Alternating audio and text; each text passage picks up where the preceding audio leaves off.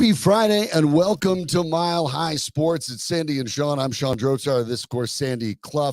Danny Bailey is the man that makes all of this work. Thanks for joining us today on a Friday. Maybe, it's a little early to call it a football Friday. It's not entirely a football Friday, but we will have Mile High Sports' own Cody Roark join us to break down all of the Broncos OTAs. Wrapped up yesterday. The next series of OTAs will be next week, so we'll have Cody I on can't just wait. a little bit. Yeah, I know. I love OTAs. Yeah. Sandy loves drills where you have and no all defense the evaluations and judgments that come out of OTAs. Right. I'm in love with that. And boy, our print friends and our buddies on digital are keeping the form alive. Yep. That virtually every day we hear about the new quarterback competition featuring Bo Nix, Jarrett Stidham, and Zach Wilson. The competition that does not exist. And I assure you, it does not exist. Bo Nix will be quarterback one. We're not really going to be talking about competition with Cody Roark, but he'll join us later in the program. What we're going to talk about starting off, Sandy, is Val Nichushkin. Now, of course, Val Nichushkin suspended by the league until at least November, when he could apply to be reinstated. He doesn't have to be reinstated.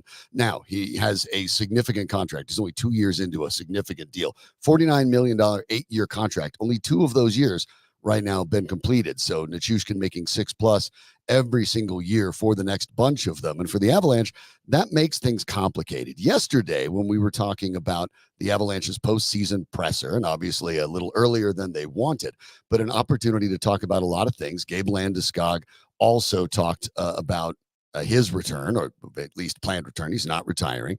And the Nichushkin story came up, and you, Sandy, talked a little bit about it, the idea that you have to read between the lines a little bit. We know that during the playoffs, when Nichushkin's suspension came down an hour before one of the playoff games with the Stars, after that game, Jack Johnson famously said that he made his decisions. The nameplate was immediately removed from the locker. There was sort of the impression that the Avalanche players had moved on, and quite frankly, they bounced back, I think, rather remarkably, and to their credit. In Game 5. They won it. Not in Game 4. And not in Game 4. We knew that was going to be a wash. But on Game 5, they bounced back. Game 6, I think there's nothing. Respectable There's effort. Nothing to be ashamed of losing in double overtime 2-1, just to the number as Dallas 1 seed. Lost to Edmonton last night, double overtime. There's no shame in that. It doesn't decide the series, except with the Avalanche, of course, in Game 6. It did decide the series, and the better team won. Dallas was the better team. The expected goal share favored Dallas pretty much throughout the game. I think there was one period or the Avalanche might have had a slight edge, but for the rest of the game, and remember, it was 4 periods plus a little bit of a fifth, it was all Dallas. And Nichushkin's absence was felt, not quite as acutely from an emotional standpoint as it was in Game 4, but still in Game 6, after a terrific Game 5 performance, you could tell, much like the Nuggets, that the Avalanche top players were out of gas, certainly by the end of the third period. Yeah, depth is something they'll have to address over the course of the offseason. And the Avalanche do have a little bit of room under the cap. Of course, that room could go away whenever Nichushkin and Landeskog end up rejoining the team. As a matter of fact, if both of them were to be added back to the roster, and let's say December, the Avs would be over the cap, so they have some work to do. But the Nichushkin situation is the fascinating one. In Landeskog's case, I think they'll be happy whenever he comes back, whenever he's ready. Obviously, they want him back, and they're not concerned about his contract, even though it does make a little bit more than Nichushkin. But Nichushkin's challenge after 2 years in a row of disappointing the Avalanche in the playoffs and leaving them high and dry, despite having this playoffs an extraordinary run of some of the best play of his career. It's unfortunate, but when you had a chance to hear GM Chris McFarland and Gabe Landeskog talk about Nichushkin yesterday, this is what McFarland sounded like, and try to read a little bit between the lines. This came the morning of Game 4, the Monday, and you get a phone call and you see the number and you get a pit in your stomach, right? That was a tough one. Val is a massive piece of our on ice puzzle. Our record with him and without him is obviously very telling. He's a super hockey player. I think there's two sides of the coin, right? There's the there's the human side, and as somebody who's over the last 12 months has had 2 players go into the program, had to sort of try to get as educated as possible, and somebody who was not really familiar with addiction and the challenges of it, you feel for the person, right? This is a human being. He's a dad, he's a husband, right? And that's first and foremost. There's not a member of our organization that doesn't want Val to get stuff right in his own life so that he can be in a good place. That Monday was very disappointing. We got 25 guys, 30 guys, whatever it is, over the course of the season. That's a tough blow, and I felt for the group. I think the last line is particularly indicative. And as the press conference continues and McFarland speaks, there's more and more of an onus put on Nichushkin as he continues to talk. And right there at the end, very disappointing. That disappointment is clearly directed at Nichushkin. I think that's obvious. In him. I think that's pretty obvious. And the reaction of players and saying he felt for them because essentially they were the victims here. And the ridiculous notion that Valeri Nichushkin is a victim, I think is offensive to his teammates and to upper management. And there have been conversations, Nathan MacKinnon acknowledged them, conversations between at least MacKinnon and upper management, which includes General Manager McFarland and President Sakic. And I can make a very educated guess as to what MacKinnon had to say. Remember, MacKinnon was the one, much more so than McCarr, Rantanen, any of the other Avalanche players, who said last September, as training camp was opening, we welcome Nichushkin back with open arms. How let down must MacKinnon have felt prior to Game 4 with the Avalanche seemingly on the verge of tying the series and extending it maybe even all the way to a 7th game. And where you would have think they'd have a chance to win that series and continue to go along the way they were playing, obviously, when they were whole. So it's obviously a major blow. And in Nichushkin's case, you're talking about a guy that only played 54 regular season games, but he scored 53 points in them, almost a point per game guy. The total was good for 5th on the team, but the average points per game was even better than that. In the playoffs, more or less the same thing, even better, 10 points in 8 playoff games. So he was productive when he played. He was valuable when he played. But again, for the 2nd season in a row, you haven't been able to count on it. Then the difficult part of this is the separating the man from the player, because I think McFarland hit it on the head that everybody is rooting for the man. Addiction is a terrible problem, and it's something that he's clearly dealing with, and you do hope he gets past it. But at the same time, you look at it, and if you're Chris McFarland and Sakic or MacKinnon or Gabe Landeskog, you realize we have to build a team, and to build a team, we have to be able to know that you will be there. There was also McFarland's acknowledgement, not that he had to reveal this because we all put it together, even last year, after the incident in Seattle, Nichushkin went into stage 1. McFarland explicitly said that. Would it have been better if the Avalanche had acknowledged it last year? My answer to that would be yes. But I'm not certain of the confidentiality protocols either.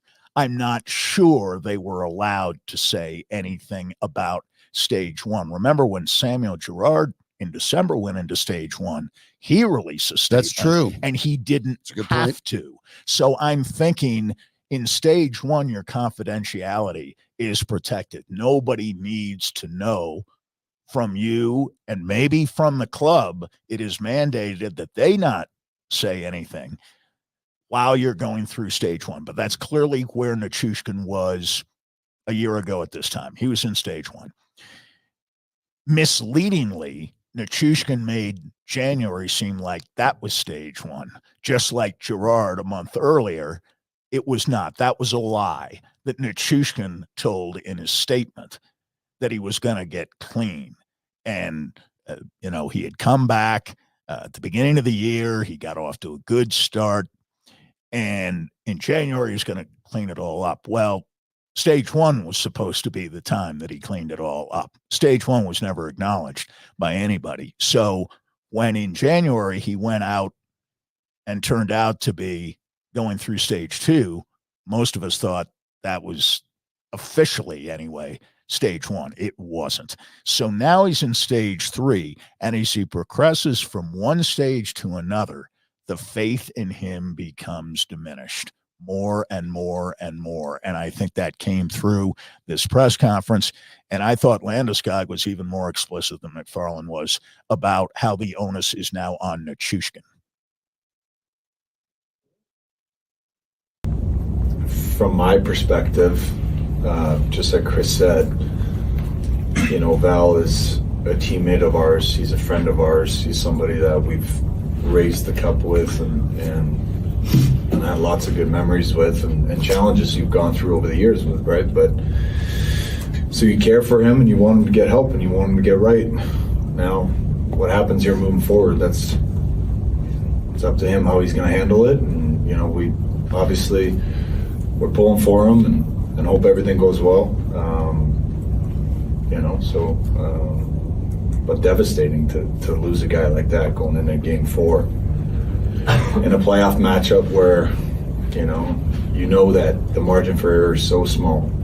And I'm sure in that Game 4, guys are pretty rattled about it and pretty hard to just kind of set aside and go and play as much as you want to be mentally strong and just go out there and win with whoever's in the lineup or whoever's out of it. I mean, it's obviously a big piece. So I think guys are rattled the group pretty good, and I think they responded really well with Game 5 and Game 6 as well. But felt number one, I think the first thing that came to my mind is I just felt bad for the guys in the room. The guys that battle so hard and the guys that care so much. And this time of year, definitely difficult. Devastated is the term he used. And remember, this is a guy in Gabe Landeskog that wasn't playing. Can you imagine what it felt like to be one of the guys out there that was playing? That was his point. And he went right to his teammates while expressing appropriate hope for Nichushkin's eventual recovery. But recovery is an inside job. And it was clear right throughout that press conference. And the Nichushkin absence and his future was addressed almost as much as Landeskog, who was actually there, being asked questions about his own future and the time that he might return. And I could sense, and I think you can in listening to that answer, that there are a lot of emotions. And at one point, Landeskog said, there are things I would like to share, but can't. And I'm suggesting that the things that he would like to share, but didn't feel he could at that point, criticism of Valeri Nichushkin's letting the team down for 2 years in a row, and especially knowing, as any leader, any top player on a team should know, that his very presence was essential because Landeskog wasn't there and wasn't going to be there. All the more devastation and disappointment felt by teammates. Who knows what Nichushkin felt? But as Jack Johnson said, he made his decisions. 2 years in a row. Well, of course, it'll be 2 years up in Boulder for Coach Prime. We'll get to him in a moment, but I want to tell you about what we've done for online sports bettors. Look, for the last 4 years, you've heard the ads, you've seen the ads, you've been overwhelmed by the ads. You can probably recite some of them. I know I can.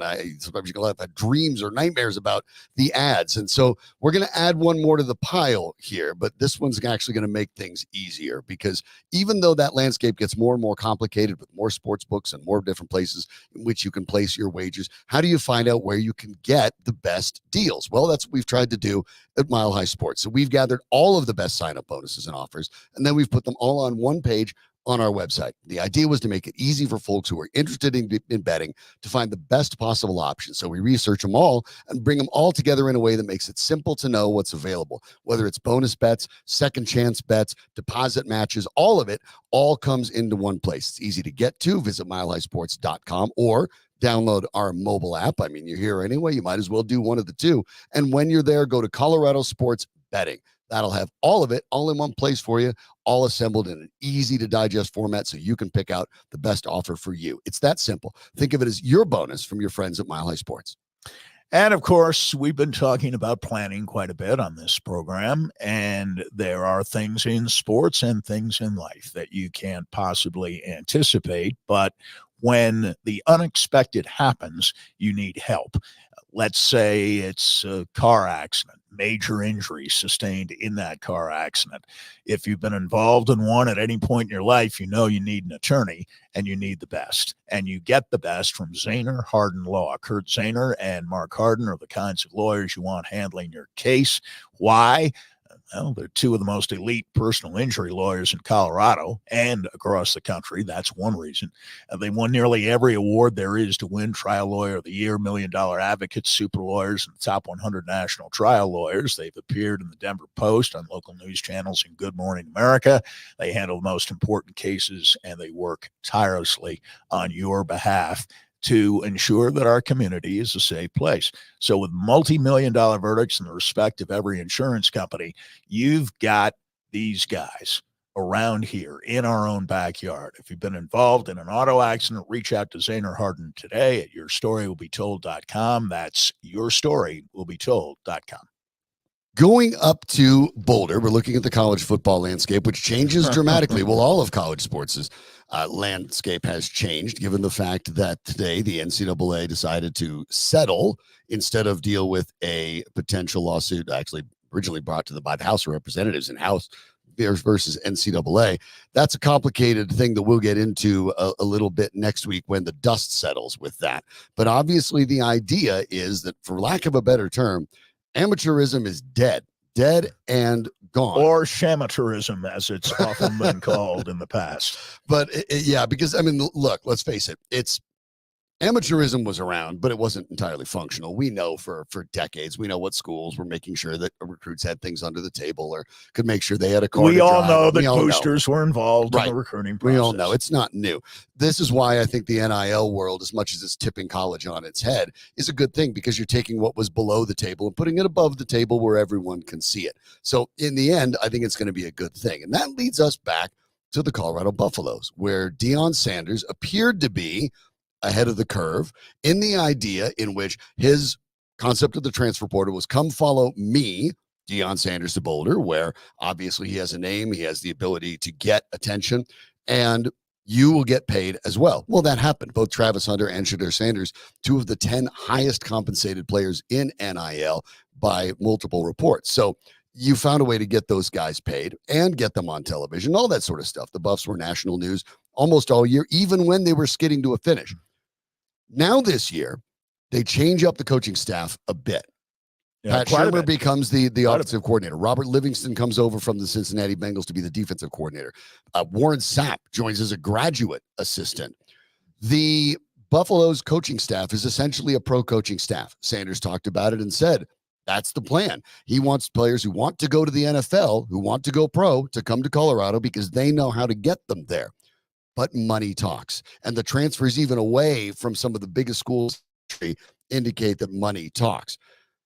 Is Deion Sanders, was he the right guy at just slightly ahead of the right time, but not so far now in which all of what he's doing can continue to help Colorado? I'm sure that Colorado and most major college institutions anticipated, maybe not in May of 2024, but shortly thereafter, that the kind of decision that was rendered this week would come upon them.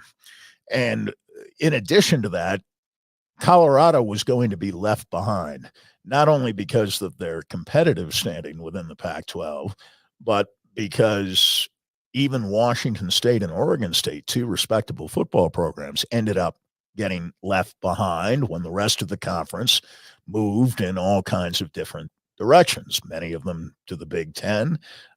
Some, of course, have gone with Colorado to the Big 12, but Colorado would not have joined those teams going back to the Big 12 had they not hired Deion Sanders. Right. You could have been left behind like Washington State and Oregon State. I can't I agree with you entirely. But I think it's reasonable supposition. Who would have picked up the Buffs? That without Sanders, Colorado would not have been included among the teams that the Big 12 welcomed back. Remember, Colorado was pretty much at the end of its time in the Big 12, pretty much considered a respectable program. They had started to slide a little bit, and that slide accelerated once they entered the Pac-12.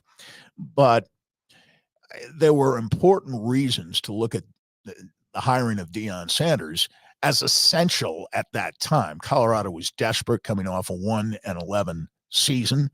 I suppose 0-12 would have been worse, but under the circumstances, whether they won one game or no games in 2022 made little difference. They needed a shot in the arm, and Sanders provided that in any number of ways. And yes, it's true that the economic benefits to the University of Colorado, to the football program, to the city of Boulder remain very much in effect. Colorado's sold out all its home games for this year. There won't be any half-empty situations within the home schedule in which they are looking up in the stands and wondering where everyone went. By the way, that's the first time to have 2 straight years of season tickets sold out since 1996. Right. So it was essential that they hire him when they did.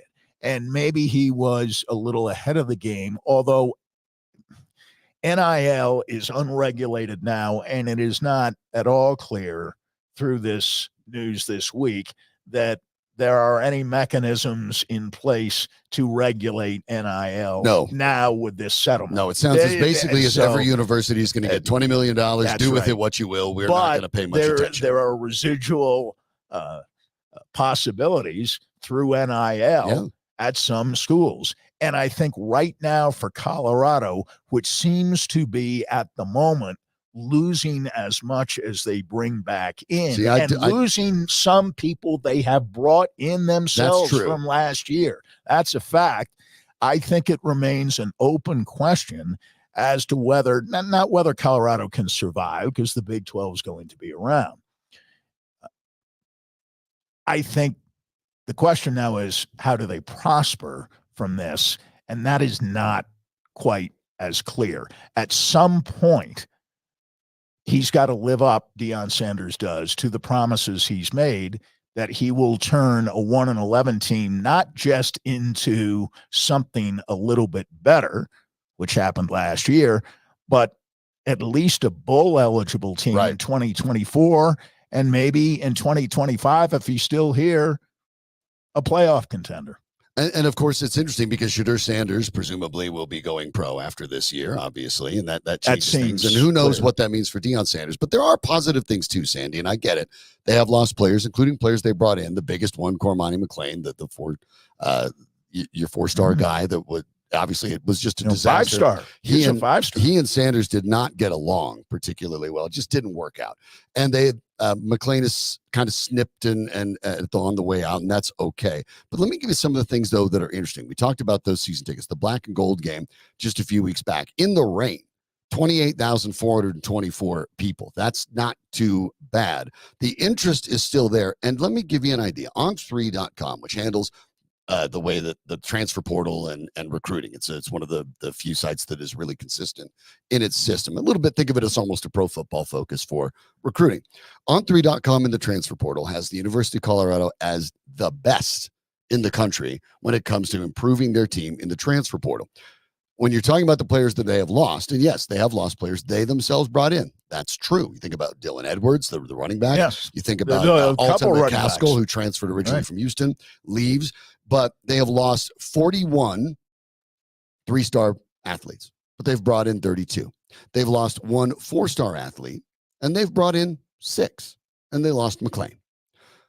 But on the whole, the overall talent is improving. They're bigger, they're faster, they're stronger, they're more talented. I witnessed that in person over at the Black and Gold game as well. So there's a lot to like about what the Buffaloes are doing on the field. The question that I think is fair is, like many coaches, Deion Sanders, at least in college, so this is not unprecedented, but Sanders is not really your game day coach in the way you think a Sean Payton for the Broncos is. And he is leaving the offense to his offensive coordinator, the defense to his defense coordinator. He lets his coordinators coach on game day. He's handling the referees. He's deciding when there's going to be a challenge. He's going to give general instructions, maybe a halftime adjustment. But Sanders' work on the games on Saturday, or the other days they play, happen from Sunday to Friday. When game day actually hits, Sanders isn't doing all that much. That's not that uncommon, but Nick Saban did that as well. But we know that Saban's bona fides, when you're talking about coaching, is there because he worked his way up. Sanders immediately became a head coach, started at a high school, and then went to Jackson State. Here's the reality, too. There was nothing uninvolved about Nick Saban during the practice week. Clearly, I'm not making everything. the connection between Saban and Sanders. No, I'm not. But Saban's one of those guys that lets his coordinators coach on game day. I'm just saying there's a difference. No one would ever have said on the practice field that it's hard to notice Nick Saban. There are a lot of people who are closer to the Colorado football program than I am, who say that during the week he's as uninvolved as he is on game day. He's into hype. He's into promotion, self-promotion, and some of that is fine if it is accompanied by winning. When Colorado was 3-0 last year, most of us, even those who have predicted that Colorado would have trouble winning maybe as many as 3 games during the course of the entire year, thought, well, from 3-0, they can probably get to 6-6. Right. They can probably get to a bowl. They didn't even come close. They lost to Stanford after basically developing a 29-point lead into the third quarter. And an awful Stanford team in Boulder came back to beat them. That was one of those nighttime games that was nationally televised, and they were embarrassed. Now, they were nationally televised earlier in the season on many occasions when they not only didn't embarrass themselves, they were very impressive, up to and very much including the opener in Fort Worth against TCU. But the problem with exposure, and even Deion Sanders has acknowledged this, is that it can cut both ways. Yes. And exposure can result in you being exposed and fair questions being raised about how much better you're going to be this year with so many new players again, an entirely new offensive line pretty much again. And, you know, you had Travis Hunter and Shedeur Sanders last year. Right. Okay, it's great they're coming back for one more year, but you had them last year. And yes, the slide started after Travis Hunter got hurt in the CSU game. Maybe they would have gotten to 6 wins had he not been injured and played every game. But how realistic is that when you're talking about someone who is playing 120 plays per week? That's how possible. realistic was it that he would not be injured at some point? It is worth noting that 5 of their losses were single-digit losses. So it's not as if they were blown out in most cases, and maybe that ends up getting to be a little bit better. Only one more win would get you in a bowl, and I think make a pretty good statement for a second season. The Buffs will get it going in August. They'll take on North Dakota State at the end of the month. That will be nationally televised. The Colorado Rockies were not nationally televised yesterday. That's a good thing. Goodness. We'll get into that in a moment. But with a long holiday weekend coming up, boy, do I have an idea for you if you are hungry. Of course, you're hungry. You you're going to eat between now and, Tuesday, right? So time to get outside. Spring weather is here. Have some fun with family and friends. And yeah, you'd like to entertain everyone at the house, but then maybe you need a break from the kitchen. Well, we've got an answer for you. That's when you need Rolling Smoke Barbecue. Whether you have a half dozen folks or 50 or more, or it's just you and your family, you can pick up the best barbecue in town from one of Rolling Smoke's 4 locations. They're in Aurora inside the Stanley Marketplace where it all started, and that led to the 3 other spots because it was so successful, because it's that good. In Golden, inside the Golden Mill, at the corner of Dry Creek and University and Centennial. I was there this week, picked up dinner just for me because you know what? I'm hungry. I'm not a great cook, and they're better than I am. So, yeah, I like me some barbecue. I went to Rolling Smoke. And the newest location opened on 38th Avenue in Wheat Ridge. Headed to the show in Red Rocks, by the way. You can find them there, too. You're craving a little barbecue? You can try Rolling Smoke right up there as well while you enjoy the show and the scenery up at Red Rocks. It's Rolling Smoke Barbecue. You can order online or visit them at rollingsmokebbq.com. The Colorado Rockies, as I pointed out, obviously not good. They were not National League base because they did lose. Now, another close game, Sandy. They lose 10-9 in 11 innings. But when we talk about walk-offs, right, the A's win in a walk-off, you're thinking, oh, wow, a home run, or maybe it's a double off the wall that scores. No, literally, they walked. A bases-loaded walk for the home team. And the disasters that led up to that are virtually innumerable. Suffice it to say that the Rockies were ahead in this game 4-0 in the bottom of the 7th inning, and going to the bottom of the 11th inning, they were ahead 9-5. Now, it took them a little while to blow the 4-0 lead. It took them very little time to blow not only the 9-5 lead, but to blow the ball game along with it, because obviously 5 runs ended the game. 4 runs would have extended it beyond 11 innings. 4 runs tied the game were bad enough. Walking the winning run in, Peter Lambert, the pitcher for the Rockies, walked the winning run in on 5 pitches. And the 4 balls he threw were not even close to being strikes. At that point, with the bases loaded, and I understand Lambert's not trying to walk him. And by the way, Bud Black intentionally walked the previous batter to load the bases and give his reliever trust in Lambert that is entirely unwarranted. Yeah, it is unwarranted. Lambert now with a 7.24 ERA, and the final pitch of the game nearly bounced. I mean, it wasn't. Yes. Nobody was going to swing at it, and that's one of the concerns. So that the Rockies end up losing that series. They had a chance to win 3 of their last 4. Now it's only 2, and they've lost their last 2. Now they head home. But the bad news from that game, it just keeps coming. So Ryan Feltner, we've talked about Feltner a little bit. He wasn't great. Sensational starting pitch. Again, another chance. He hasn't had a great year. He's had a 5.07 ERA, but he hasn't been bad. And he's had a couple games like this yesterday. 6 innings pitched, 4 hits, no runs, 2 walks, 6 strikeouts. What are you supposed to do? And we laugh about the quality start definition because at minimum, it requires 6 innings pitched and 3 earned runs allowed. Well, in this case, 6 innings pitched. Okay, it wasn't a terribly long outing, but 0 earned runs given up. The idea, 0 right, runs given up. Is you outpitch the other guy, right? The other starter. And you give him 6 innings, and your bullpen closes the door with a 4-run cushion in innings 7, 8, and 9. They couldn't do that. Joey Estes, the starter for the A's, went 7 innings, gave up 7 hits, 4 earned runs. So he walks off with 4 earned runs, and Feltner goes 6 instead of 7, but none. You have to win that game. The Rockies set out a parade. Vodnik, Kinley, Beeks, Lawrence, Koch, and Lambert, 6 relievers. Not one of them, Sandy, not one, walked away without giving up a run. All 6 relievers gave up at least 1 run, and maybe the person who had the worst day, Matt Koch, who yesterday we were talking about as having his 2nd career save and first since 2016, goes out and gives up 3 hits, 4 runs, only 3 of them earned because Justin Lawrence walked a pair on his own because he coughs up a home run. Koch didn't even get an out, and he gave up 4 runs. Yikes. His ERA now, by the way, in case you were curious, 81. That's what happens when you give up 4 runs on a grand total of 16 pitches. That's 4 pitches a run you're coughing up. That's a major problem. And for the Rockies, we've talked about it a bit. It's not quite June, but the bullpen, one, isn't all that good or that deep. Bud Black is still scrambling to find guys who can finish off games.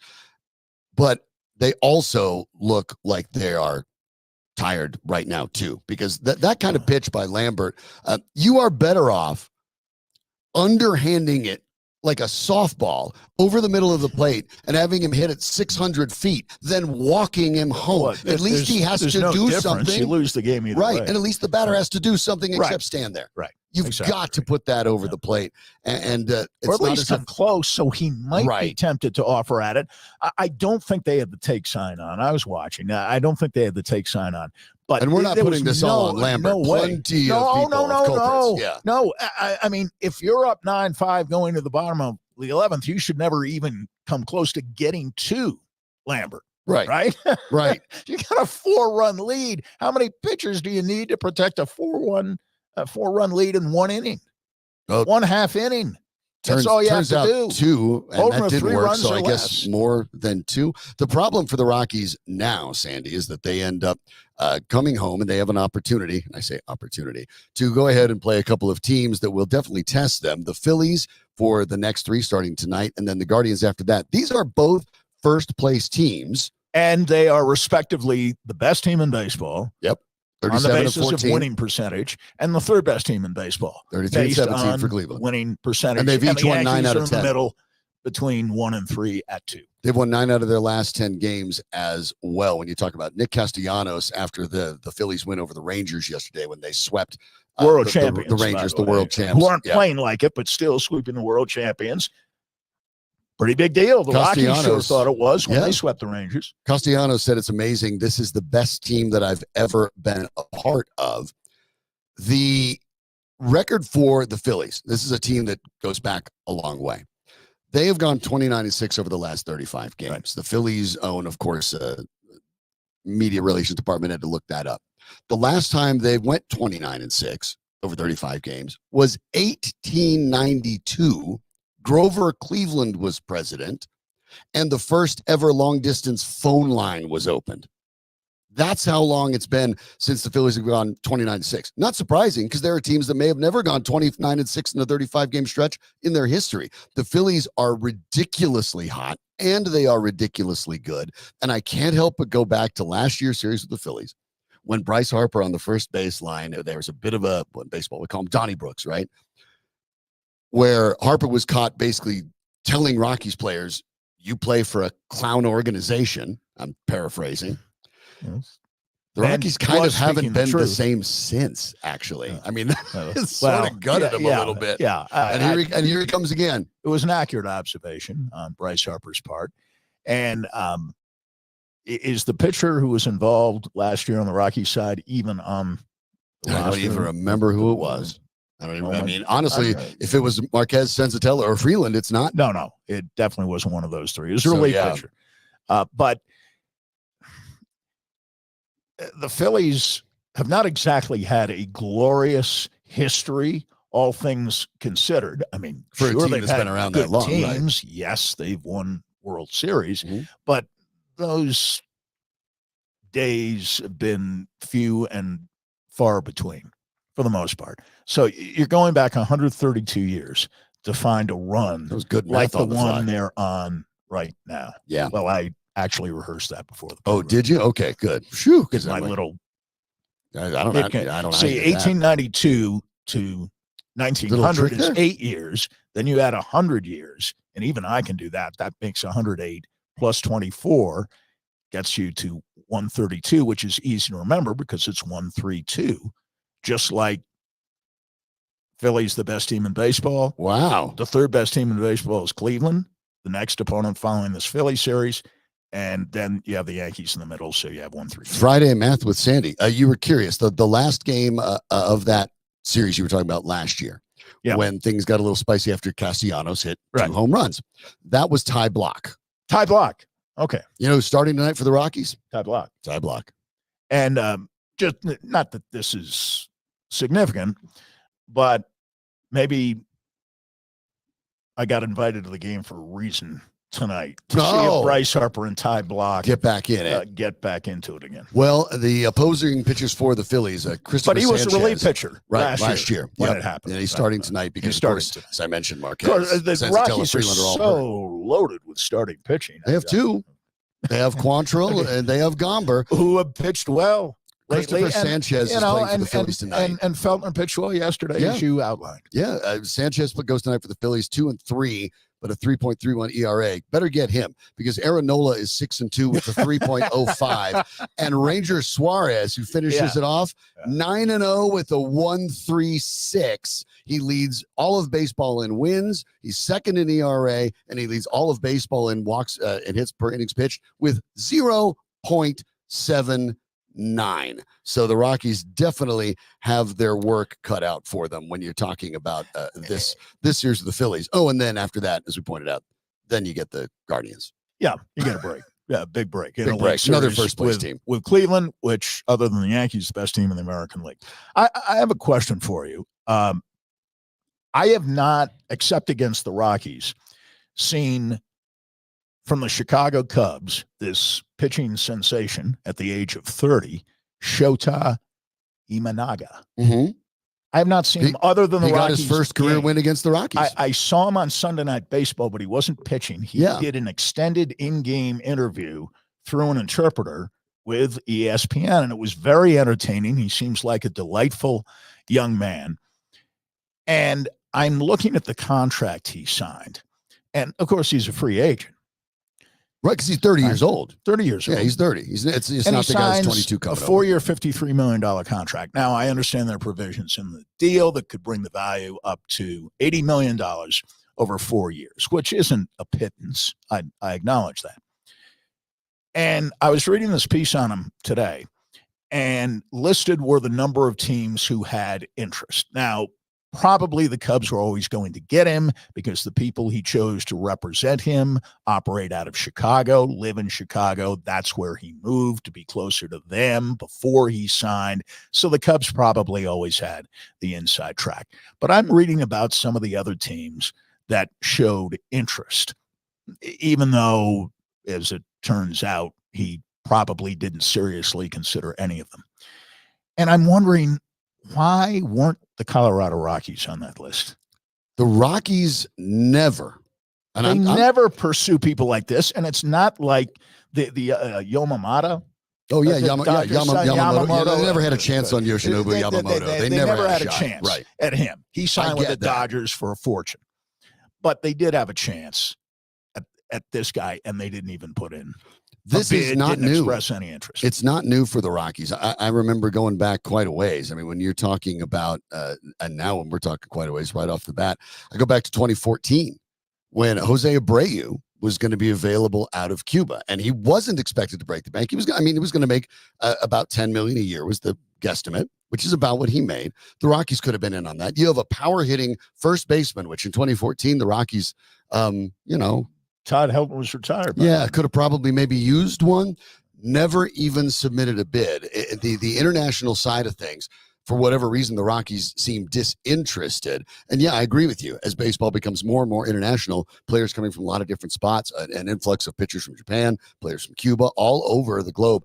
The Rockies have to get involved if they want to be serious. You either get into it or you get left behind. And that's the major concern. So for the Rockies, a long weekend likely coming up on tap, and maybe an awful lot of losses coming up for them as well.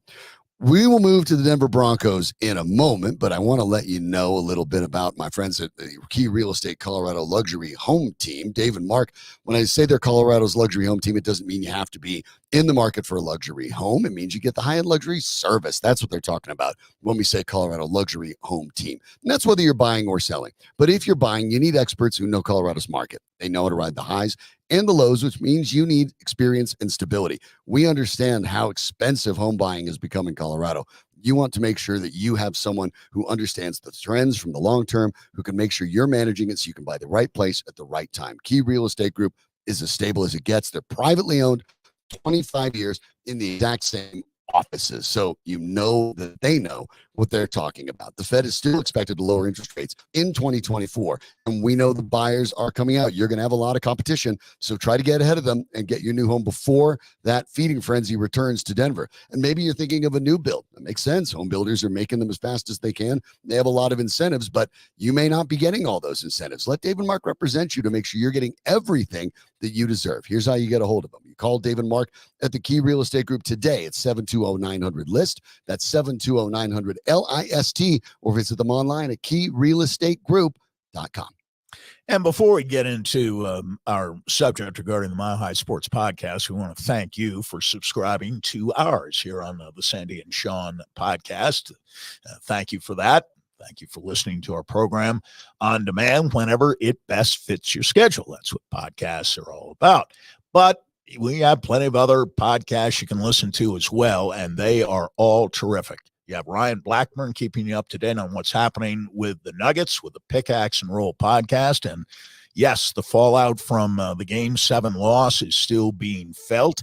Still a lot of commentary that we haven't even gotten to yet. But Ryan Blackburn will on a regular basis. Arif Dean always on the ice with the Avs. So check out his podcast, Hockey Mountain High. Mile High baseball fans know that they can get the latest on the Rockies. Mostly unpleasant, but it is the latest with Drew Kreisman and the 20th and Blake podcast.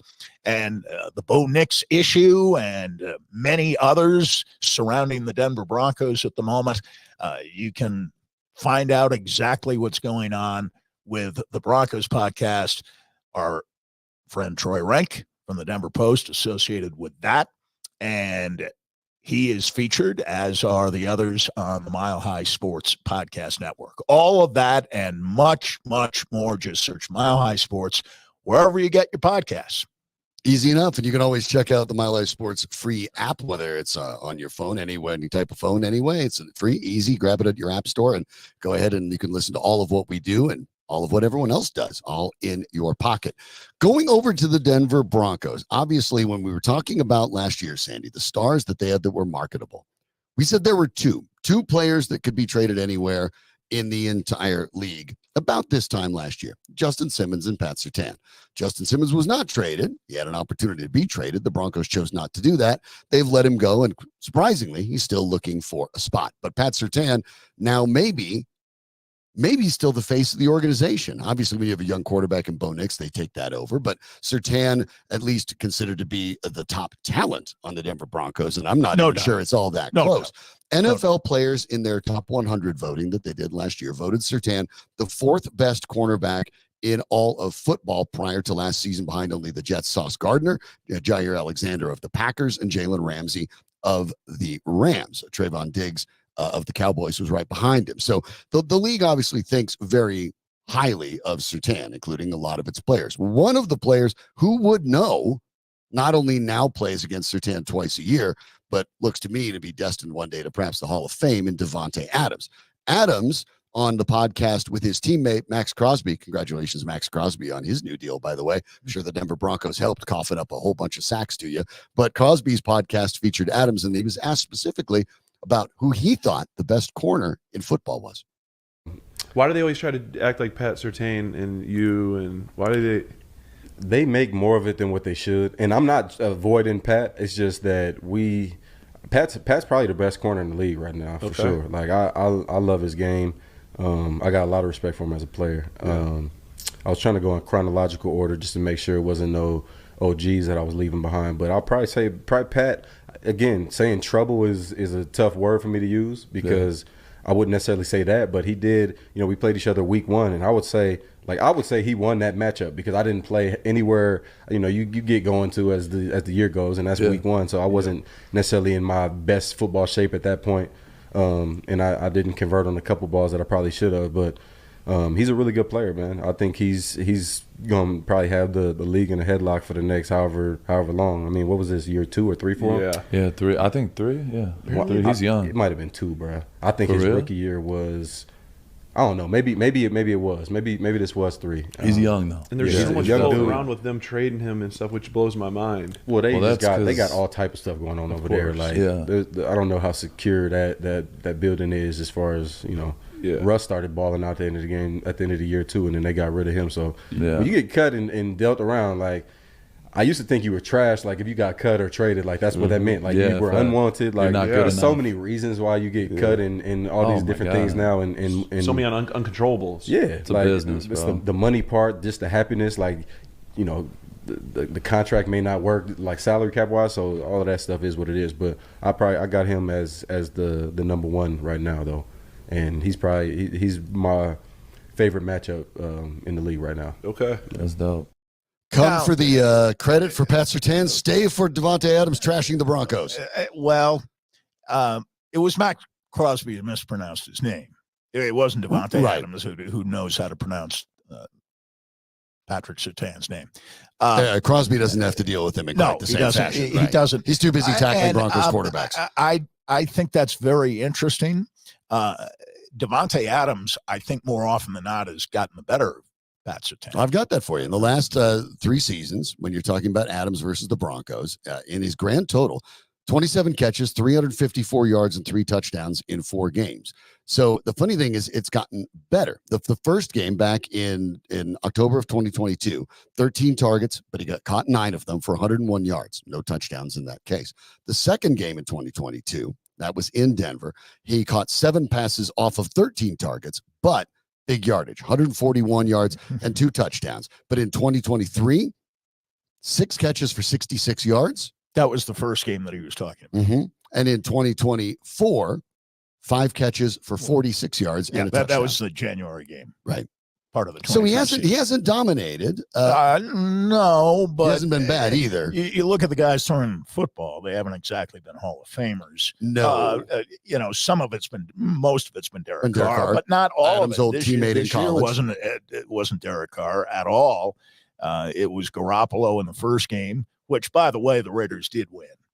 And it was the Broncos haven't beaten the Raiders in the second game. But I'm just saying some of his less impressive statistical outings against the Broncos have come with mediocre or well below average quarterbacking being a part of it. But the praise coming from Adams means a lot.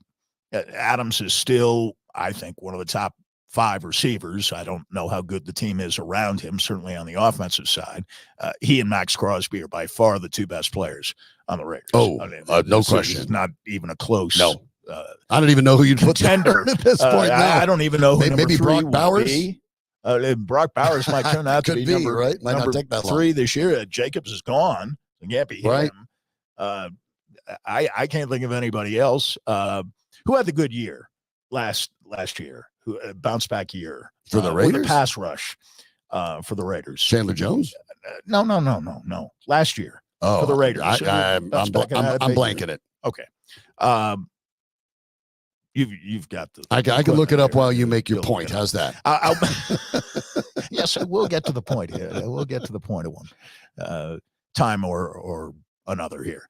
But my point being that there's no doubt that Surtain is one of the top 10 cornerbacks in the league and possibly one of the top 5 cornerbacks in the league. I didn't necessarily think last year was one of those years where it was clear that he was a top 5 guy. The year before probably was.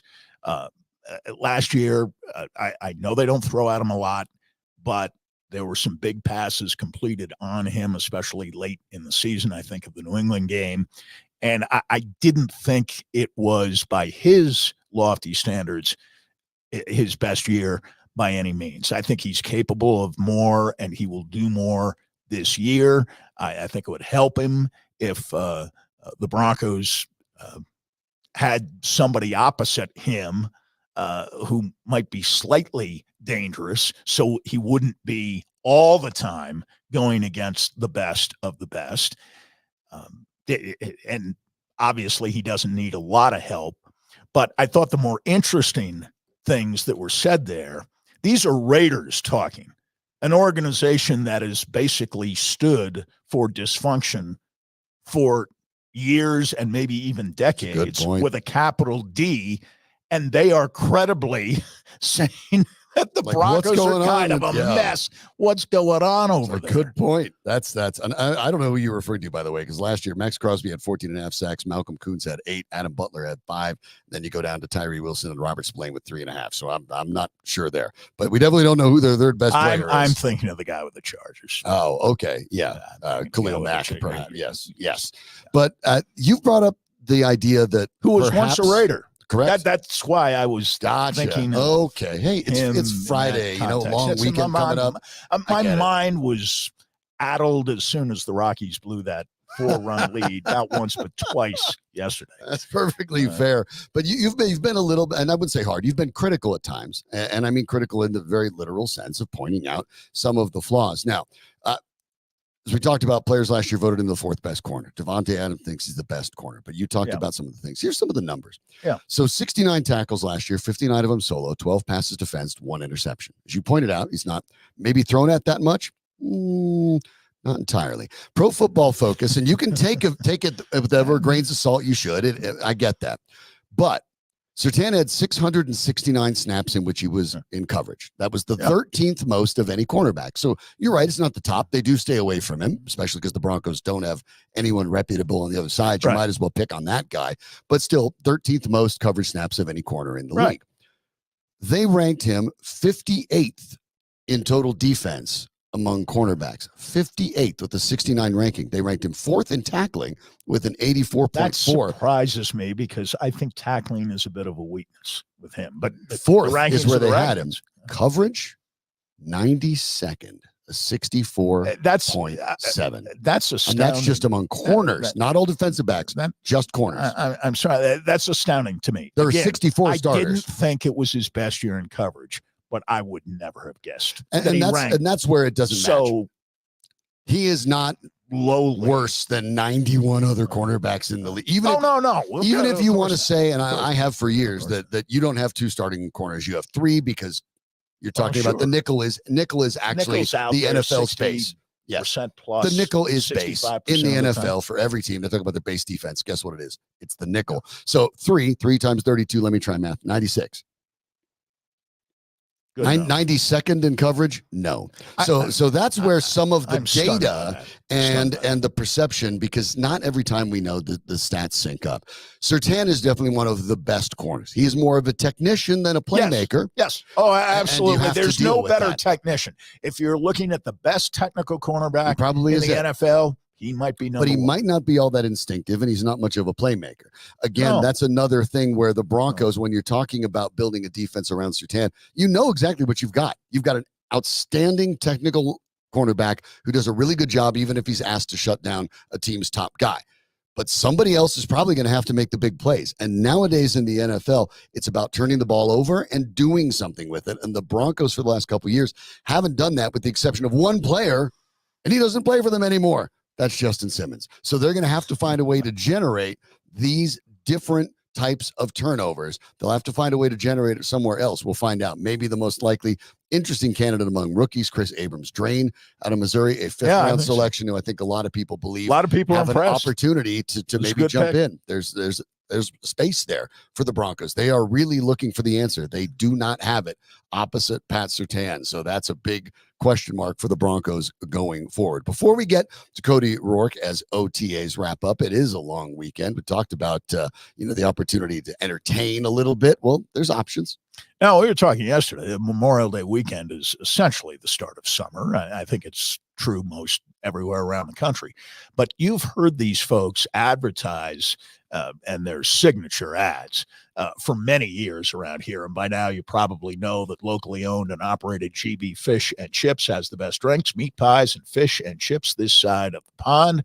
But they cater as well at GB Fish and Chips, with graduation and summer block party season around the corner. Heck, it might be here this weekend. Technically, it's not summer, but why not give a spring block party, late spring block party? And you give your family as well a unique fry on-site experience. The best part of catering, of course, is you don't have to do any work. GB Fish and Chips does the actual work. Stop by any of their 4 metro locations or visit gbfishandchips.com and bring authentic fish and chips to your next gathering. That's GB Fish.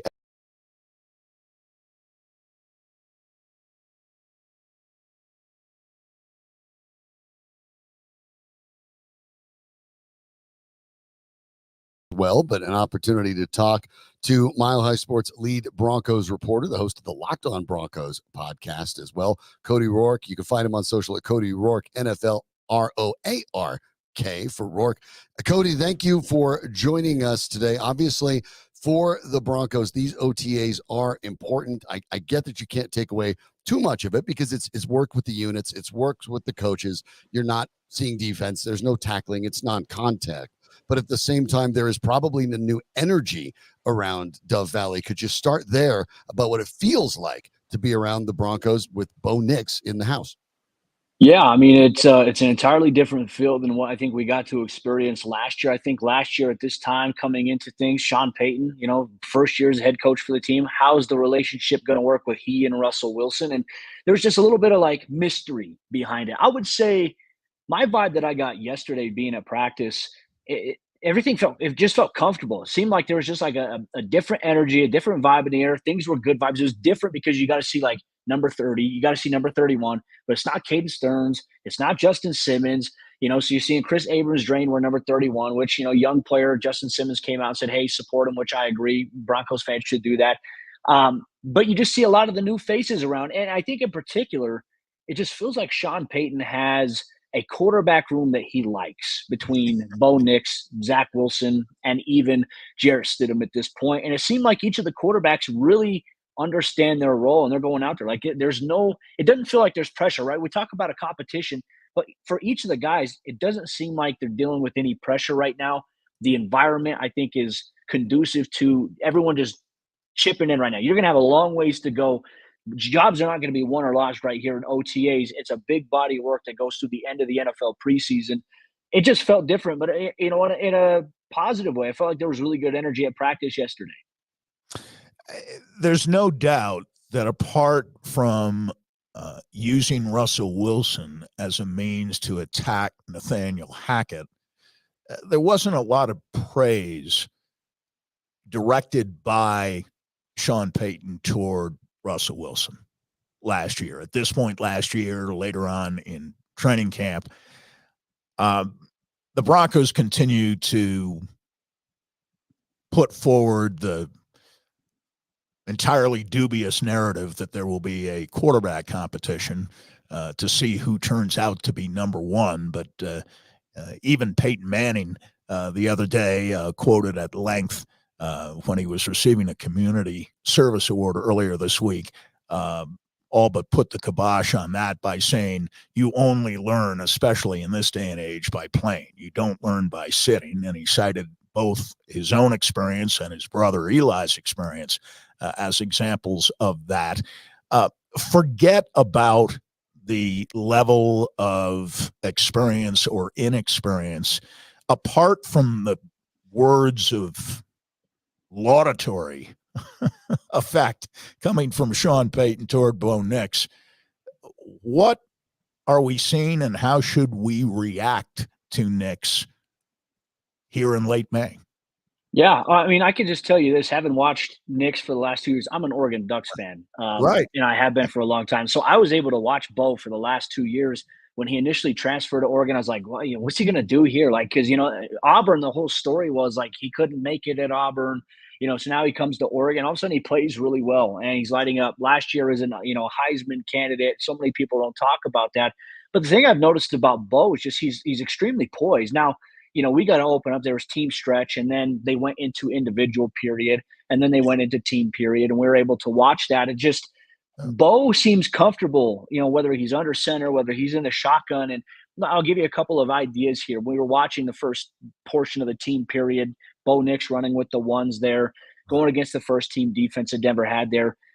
He has a really, really good sense about him when there's pressure around him, and he doesn't panic. Like he doesn't, we saw with Russell Wilson, like Russ's game was, hey, if I feel pressure, I'm going to roll out and extend plays with my legs. Right away. Bo has some elusiveness to him, but Bo is not looking to tuck and run. He's looking to step up into the pocket and make a throw. And there was one play, I think it was the first play from scrimmage. Nick Bonito did a tremendous job. Another player that I felt like had a tremendous day yesterday. When we're talking about players that had a good day on Thursday's practice, got around Garrett Bowles, created pressure. Like Bo did a really good job. I was even watching because I was on the left side watching Bo. Bo sensed it. Bo saw Bonito coming, stepped up, dipped it underneath, and then kind of just sidearmed it across the field, laser to Josh Reynolds, pick up a first down. Just he seems like he's confident. He doesn't seem shaken by pressure. And granted, look, there's no pads. And look, you're not going to get your quarterbacks touched during minicamp. You're going to see them touched during training camp. You're going to see them touch a little bit maybe in the preseason if they play, but Bo looked confident. Jarrett Stidham looked confident. Zach Wilson looked confident as well. He did have one throw where he tried to throw it. He's got a really big arm. You could definitely tell, and you can see it live in person. It's like, all right, hey, this guy's got some power behind him. Reminds me a lot of Jay Cutler with his arm there. But the one thing that I saw there, too, in terms of him, he was the only quarterback that threw an interception. Bo looks very, very and I'm talking about Zach Wilson threw the pick, but Bo Nix looks comfortable. I think the quarterback competition, look, it's billed as that. It's going to be billed as that all season. Sandy, I agree with you, and I've been on the record of saying I don't think personally it's a competition. I think Bo's going to be the guy week one. I think it's just going to be billed that way because what we saw in training camp last year and everything else along that regard was Russell Wilson, Ben DiNucci, Jarrett Stidham last year in training camp. They each got equal amount of reps running the offense regardless of ones, twos, or threes. So while everyone's going to look into that, I think that you're going to see it build as competition overall. But the number one thing that stands out to me, I think Bo's going to be the guy. He looked comfortable. He looked good yesterday. And look, you just want to see him continue to build on that. Sean Payton said he's picked it up and he's further along than most rookies are. That's a good sign. Peyton Manning this week said, I'm super happy for him to be here, referring to Nick, said, I think it's a great fit for him, and I can tell how excited Sean, meaning Peyton, is to have Bo here. He went on to say, I think the quarterback position is in good shape. I think Sean's system is extremely quarterback friendly. I never played in it, but played against it and watched it and know the success that Drew Brees had and Tony Romo had. It's the kind of system I'd like to play in. So if it's the kind of system that Peyton Manning would have liked to play in, what makes Bo Nix a fit? And is there reason to believe, like I do, that Nix for the Broncos would be probably better than he would be for almost any other team had he been drafted by them? Well, I still feel like Bo Nix, I feel like I look at the teams around the NFL that needed a quarterback this offseason. I feel like you can make an argument that Bo Nix could have fit with a good portion of them. I think a lot depends on what type of system, what type of play color. But the thing with Bo that the Broncos really like is really he made the Oregon system his own. Like he had full autonomy, checking at the line of scrimmage, changing plays. I mean, a lot of what Will Stein and even offensive coordinator the year prior, they gave a lot of trust to Bo, and Bo took it and ran with it. I mean, they had offensive install meetings where Bo was running those meetings with players away from like the coaching hours, like him, Troy Franklin, the offense. They would all get together and they would just be dialed in. That's why they were one of the top programs in college football in the last couple of years. Now, when you look at, I think maybe where Denver is at and Sean Payton's system here with Bo Nix, I think that what Sean wants from guys, being able to read the field pre-snap, being able to diagnose, okay, hey, here's the snap. What's happening? Where's my first read? He's a guy that can go from his first read to a second read to a third read to the backside read in that order if something is not there. Like he's a cerebral processor, but he's also very fast with it. He understands a lot of material. He's got a really good memory. Somebody I spoke to at the University of Oregon told me that Bo has a photographic type of memory where he sees things and he can go back there and he can kind of play it in his head. Like he's got a really good process that has allowed him to find success and thrive. And look, I think a little bit of that you can see. He's a smart guy. He's 6'2", sees the field really well. He's going to take some chances, I think, at times in the NFL. You're going to see it. Rookies are going to go through some ups and downs. I think you want to see him be aggressive. I think you're going to find that perfect balance here with Peyton's offense because last year, they did take some shots downfield, but a lot of it was dink and dunk stuff that we saw out of, from Russell Wilson from time to time there. I think you're going to see an overall complete balanced passing attack that's going to hit the short to the intermediate to the middle of the field route and also the deep ball, I think, at an effective rate. So I think that's something we have to look forward to here this summer. It would seem that Bo Nix is good enough to help his receivers. How much help are his receivers going to give Bo Nix, in your opinion? It's a good question. To be honest with you, yeah. I mean, obviously right now, Cortland Sutton not at OTAs. Sean Payton downplayed it. Cortland is staying in shape. People I've talked to, like Cortland, is putting in a lot of work. I think the plan is that he will be there for mandatory minicamp. Both sides right now are playing a little bit of tug of war. But Tim Patrick has been leading the way so far in that room. Now, look, Tim's coming off of a major injury, back-to-back years at training camp. They're going to monitor his usage and obviously what he's able to do, how much he's going to be able to do just because he's a veteran. And on top of that, he's coming off the injury. They want to be able to preserve him. But he's taken on the mantle in that receiver room. But I would say another guy is Josh Reynolds, obviously free agency acquisition coming over from Detroit. Had a really impressive day on Thursday, hauled in several passes, was consistent, was reliable. I think also has the ability to body adjust relatively well. I know Marvin's going to have a bigger role. We don't know what Marvin Mims is going to be just yet in the NFL, right? So I think that's really the big mystery at receiver for Denver. But then you have Troy Franklin and Devon Vele, these two rookies that obviously Denver drafted this year ahead of the game. And then obviously you're bringing back Lil Jordan Humphrey, Brandon Johnson, Jalen Virgil's back. Like Denver, I think a lot of people are looking at the receiver and they're like, well, they don't have great receivers. I think Denver has a couple of really good receivers. I think with Cortland, I think he's a great receiver. I think he can be even better. But I do think that Denver has a lot of good receivers and guys that are developing that could be really good receivers for the team if they can stay healthy inside of the system. And I'll say that's what I saw a little bit of yesterday. Little Jordan Humphrey looks bigger and a little bit more explosive. Jalen Virgil coming off the meniscus surgery last year. He's going to be in the mix. And then obviously Vele and Franklin are also going to be guys that are going to be, keep an eye on. Brandon Johnson is going to be fighting for Russ. There's so much competition at receiver right now. It's going to be one of the more fun positions to watch. I mean, we're talking so much about quarterback competition. To me, receiver is going to be probably the deepest and most exciting receiver competition to watch play out in training camp, where you really don't know how it's going to play out. We're talking to Cody Roark, a Mile High Sports, host of the Locked On podcast. Make sure you check that out wherever you get your podcasts for the latest. And Cody, you talked about some of the Tim Patrick, an injured player, returning. You talked about some of the players that were here that are returning. Out of the rookies, some of the other positions, a little bit of the depth, obviously, in the draft, even some of the undrafted college free agents. Has anybody stood out to you as someone who you've seen and said, okay, that's an NFL player? Yeah, I mean, there's 90 players on the roster right now, so it's really hard to gauge and go back through everybody. I would say this in terms of some drafted guys, some young guys. I'm telling you. No. Well, I'll give you a couple guys. I'll give you there's a couple of undrafted guys I'll tell you, but there obviously I think we got to mention Chris Abrams-Drain, talking about the Broncos secondary. I really liked what I saw from him. This guy moves really well. He's got fluid hips, really good footwork as a technician, excels in off-ball and press man-to-man coverage. Plays bigger than his size at 5'11". So I liked what I saw from him. But we talk about undrafted guys to keep an eye on. Blake Watson, the running back out of Memphis, is going to be someone that I think everyone should pay attention to all throughout the entire offseason program and training camp. And then Lavelle Bailey, a linebacker out of Fresno State, is another name I think Broncos fans should keep an eye on. Like Denver's depth right now, everyone's wondering, like I just put an article out on the website, who's going to replace Josie Jewell at inside linebacker? It's going to be hard to be able to do that, but there's guys that are vying for that spot between Jonas Griffith, Justin Sternad, Cody Barton. You're going to throw some other guys into the mix here. Lavelle Bailey is an underrated name to keep an eye on. Very athletic, has, I think, a lot of room to continue to grow. Could end up being a practice squad player for them, but obviously he's an undrafted name to watch here for Denver. And then Omar Brown, one of the defensive backs out of Nebraska, is another guy to keep an eye on. I think Denver's got a really good defensive back room, a lot of young guys right now. Look, Pat Surtain's obviously a tier above everybody else. I think behind them, there's obviously some question marks in terms of what we've seen from production from several players.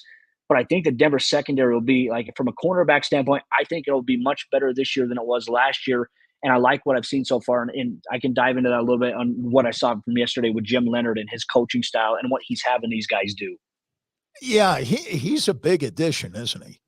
Yeah, huge. A guy who has been mentioned maybe even as a head coaching candidate from time to time. Yeah, no, he's on a fast track to becoming an NFL defensive coordinator. There were some teams interested in him last year. Then he had surgery, so he was an analyst at Illinois. But just watching him, like, you could tell he played in the NFL for 10 years, a very, very smart defensive back. I mean, you don't play 10 years without being smart and know what you're talking about. And then when you see what he did as a defensive coordinator when he was at Wisconsin, he had, a pro-style defense that translated really well to the NFL.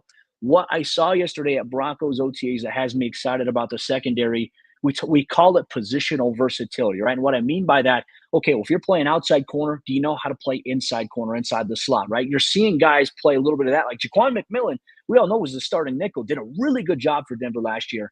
He was also getting reps on the outside at the cornerback spot. Riley Moss, Damari Mathis, those guys were bumping outside and inside. Levi Wallace, who has been able to do the same thing. Like, he's having all the defensive backs and corners. He's getting them a lot of reps by playing inside and outside. And it seems like that's going to be the emphasis. We're seeing a little bit more press man-to-man coverage, which, look, to be honest with you, that's something I have felt like has needed to be in the presence. We didn't see too much of it last year, which led to, I think, the secondary giving up some big plays in the pass game, which was frustrating to watch. They're getting back to what they know their players can do well. And I think you're going to see PS2 in a lot of press this year, which is exciting. I know he's excited for it as well. He is Cody Roark. Make sure you give him a follow on social at Cody Roark NFL and check out all the latest for the Broncos. And the offseason goes really quick. This was the end of these OTAs. They get right back at it with another one next week. You'll want to make sure you pay attention to everything Cody's putting together over on Mile High Sports, as well as that Locked On Broncos podcast, so you're on top of the latest. Cody, have a wonderful holiday weekend and enjoy a couple of days break, and then we're back at the football. Happy Friday, fellas. Appreciate you guys. Thanks so much. Cody Roark joining us from Mile High Sports. You can always go to milehighsports.com or grab the free Mile High Sports app for all of that. But we're going to go from teams that you know to teams that, at least in Denver, you don't have. But maybe you should. And we'll talk about that in a minute. But first, we'll go over to a terrific opportunity, a terrific weekend to get out and play a little golf. Well, again, as we suggested on Memorial Day weekend, it's a good time to start your summer planning. And if you're a golfer, find a place to play. And one of the best alternatives for you is the city of Denver. Perfect golf pass for you. That would be whether you're just getting started or you've played for decades. Practice and play pass is for those new to the game. Practice what they've learned and transition it onto the golf course. The Learn and Play Pass 1.0 is geared toward adult beginners, people who have never held a club, players looking to advance their game, or if you've been playing for a while, try the Learn and Play Pass 2.0, which is designed to be flexible for intermediate players looking to improve and fine-tune their game. Just looking to have some fun, the Friends and Family Pass lets you play mini golf or hit the driving range. You can bring up to 3 guests with you every time. 8 unique courses and opportunities for all skill levels. Denver Golf is perfect for anyone. Learn more about everything Denver Golf has to offer by visiting cityofdenvergolf.com. Come home to play. Denver Golf is your neighborhood course. I'm going out tomorrow. My apologies to the groundskeepers in advance. But as we talk about, you hear me mention, look, in Colorado, what's been the big story for a decade now? Real estate, right? Being able to acquire yours, being able to sell yours, it's complicated. And if you're a home seller, you're in a good spot because people are trying to move here. But how do you make sure you get the maximum amount of value out of what is almost certainly the most valuable thing that you'll ever own? So if you're trying to sell a home, you need to talk to my friends Dave and Mark at Key Real Estate Group's Colorado Luxury Home Team. As I've mentioned before, we say luxury home team doesn't mean luxury home. They're your home team. And you get that luxury service, whether you're buying or selling, what kind of home you have, condos, you name it. If you're looking to sell it, they can help you, and they'll help you just as if they helped anybody who's selling a castle. So you need experts that understand Colorado's market. You know how to ride the highs and lows. They've done that. They've been there, and they've done that. That's how you know. 25 years in the same offices, privately owned. You're not dealing with one of those big names with the commercials left and right on television, and you just get whatever agent you call. You get them. Inventory, as you know, is still low around the Denver metro area, so homes that are priced right are still selling very fast. Let Dave and Mark give you a free valuation. Spring is here, summer's coming, and all the folks on these nice weekends are going out looking for homes to buy, so there's no reason to wait. Get yours on the market. Let Dave and Mark represent you to make sure you're getting everything you deserve.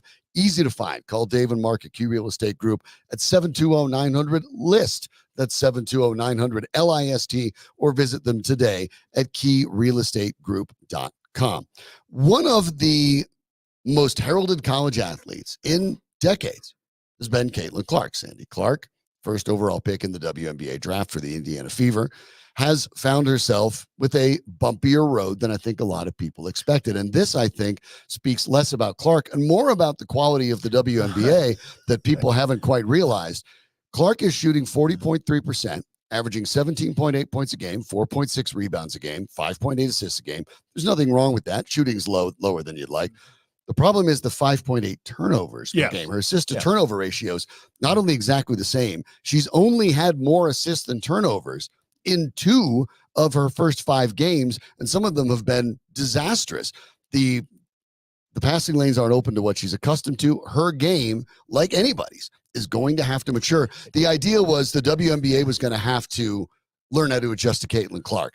Not so fast. The WNBA is a much more substantial product in a much more grounded league than you might think. And Clark, like any other rookie in any other sport, is going to have to adjust to it. It is a faster game, as everybody knows. It's true from the men's perspective, going from college to the NBA, the game speeds up. And when you go from the college game to the WNBA, it's the same type of circumstance. And I think because of the stratospheric audience growth in women's college basketball over the past year or even 2 years, with Caitlin Clark being by far the most famous player in college basketball, men and women included, by far the most famous individual figure in college basketball. The expectation was she would go into the WNBA and tear it up. You brought up Pete Maravich. I'm old enough to remember when Pete Maravich went from LSU, and if there had been a three-point shot back then in college basketball, Pete Maravich would have averaged 50 points a game. Easily averaged 50 points a game at LSU. But they weren't very good, right? So he goes to the NBA, plays for the Atlanta Hawks. He has trouble fitting in there. He starts to bounce around. Yes, he's a great showman. Yes, he's a great entertainer, but he's never a great player. I see better things for Clark, who is a more well-rounded player, who wasn't coached by his father, by her father, as Pete Maravich was coached by his, Press Maravich. Pete Maravich did not go to a great NBA team. Caitlin Clark has gone to a Fever team, which was that was lousy last year. Right, of course. That's why they had the first pick. Her to single-handedly elevate them to elite status is nonsense. And it's said by people, and I don't claim to be one who's glued to the set watching every WNBA game I can, but I do know this much. When you join a team that won less than a third of its games, I believe, a year ago, and expect that team to reverse its record. Yeah, they won 13 out of 40. You know, Peyton Manning, as we mentioned yesterday, won 3-13 with the Indianapolis Colts his rookie year. Obviously, they were a bad team, and it wasn't all on him. The Fever don't have a very good team relative to the rest of the league. It's not all on Caitlin Clark. The turnovers at times against the better competition when she was at Iowa were high. Right. I mean, that's in the NCAA tournament, she had high turnover games this year, and she was among the most experienced of players. Yes, she's entertaining to watch. Women's basketball is better for having her now move to the professional ranks. It won't hurt the ratings at all, but to expect her to set the league on fire speaks to the ignorance of those who pretend to know the WNBA but never watch it. Yeah, and what a class, by the way. Of course, Cameron Brink comes out of Stanford in that class. Angel Reese ends up in Chicago. Camila Cardoso, by the way, of course, winning a championship. She coming off a shoulder injury, but she's expected to make her debut as soon as next week. There's a lot to build upon it. And now, right now, the thing that Clark and her ilk, not just Clark, attendance is rocketing up. And against in their last loss with Indiana and Seattle Storm, and it's not just the Caitlin Clark show in Seattle, and we get it, the Sonics haven't been there, but 18,343. Seattle's a good basketball city. That's an NBA. That's a packed NBA arena in an awful lot of cities. 18,300. I mean, that's it. So moving there continues to jump over and over as this league continues to get bigger. Right now, it's dominated by the Las Vegas Aces, run by one Becky Hammond, former Colorado State Ram. But since she's taken over 2 consecutive championships, all she does is win. 2 titles, 2 years. Hammond, I think you and I both believe, will also be the first woman coach in the NBA, where I think eventually one day she will succeed Greg Popovich. But obviously things are rolling right now for the Aces, and the league is starting to grow. Golden State will have its new franchise next year. When you're talking about 2026, Toronto joins. They would like to get the league to 16 by 2028. That's 2 more cities. The story about the WNBA that's interesting is very simple. If Denver wants one, they'll have one. Not the city, not some other group, but the ownership of the Denver Nuggets. Because the ownership for most WNBA teams is the same as their NBA ownership. There's obvious reasons for that. One of them is at least they already have arena deals and they know exactly how they can set it up. They also know how to run basketball teams and all of the costs and investments involved therein. So most teams, including New Golden State's new team and Toronto's new team, will be owned by their NBA brethren. Toronto's expansion team was only voted against by one of the current NBA teams. That would be the Knicks, because they're suing the Raptors over supposed theft of information. But otherwise, it was one vote from unanimous. Denver will have a WNBA team the second that the Nuggets ownership decides they want one. The question I have, Sandy, at this point is, we know compared to an NBA team right now, the costs are low. We also know that it's probably good. You've heard me talk about a bunch of things about real estate in Colorado, right? What do? You buy low and sell high. This might be the last opportunity to buy low on the WNBA.